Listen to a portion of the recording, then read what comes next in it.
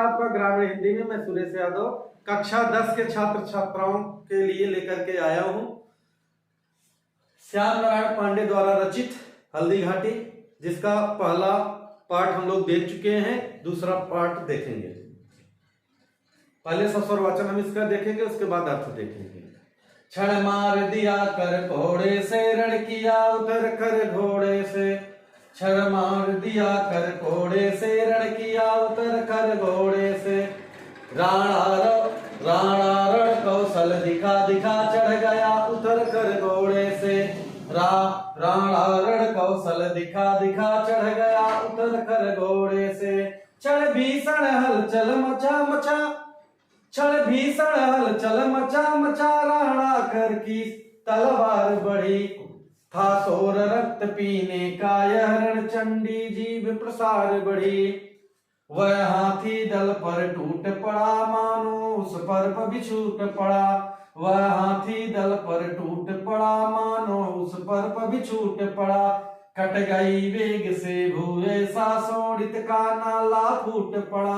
जो साहस कर बढ़ता उसको, जो साहस कर बढ़ता उसको, केवल कटाक्ष से रोक दिया। जो वीर बना नभ बीच फेंक, बरछे पर उसको रोक दिया। भैया सस्वर था। अब इसका अर्थ देखेंगे।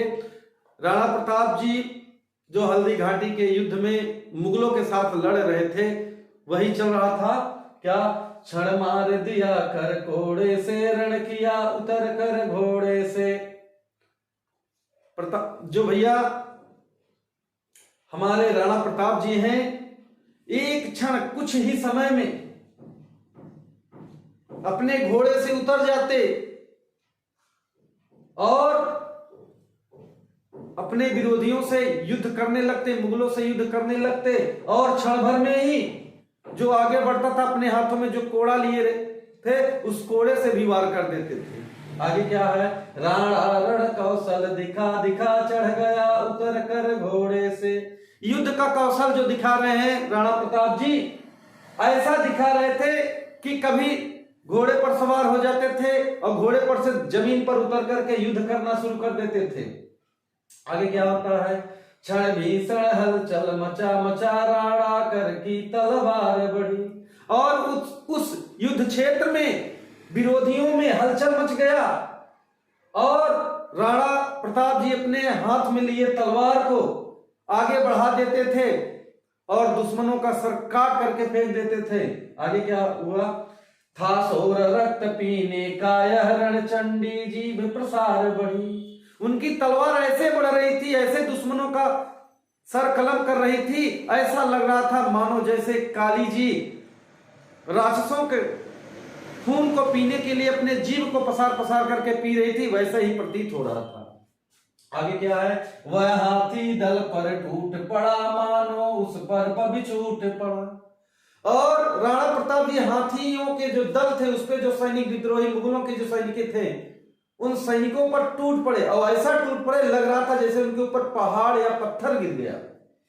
कट गई वेग से भूए सा, सोड़ित का नाला फूट पड़ा। इतनी तेजी के साथ युद्ध कर रहे थे, उस वेग से जमीन धरा फट गई और दुश्मनों का जो खून है उसी नाले के समान बहने लगता है। उसमें जैसे नाले में पानी बहता है, वैसे नाले में खून बहने लगा।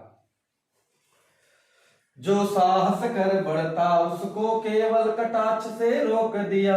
जो साहस कर बढ़ता उसको केवल कटाक्ष से रोक दिया। जो वीर बना नभ बीच फेंक, बरछे पर उसको रोक दिया।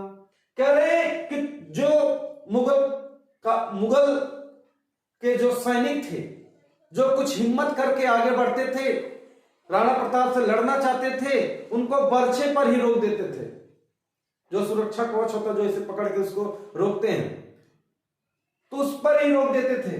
और जो वीर बना नभ बीच फेंक, बरछे पर उसको रोक दिया। जो वीर बनने की कोशिश कर रहा था, उसे अपने भाले पर ही रोक देते थे। यह था भैया श्याम नारायण पांडे द्वारा रचित हल्दी घाटी का दूसरा पार्ट। पहला पार्ट इससे पहले हम देख चुके हैं। यदि आपको पसंद आया हो तो मेरे चैनल ग्रामीण हिंदी को लाइक सब्सक्राइब करें और अपने दोस्तों में इसे शेयर जरूर करें। धन्यवाद।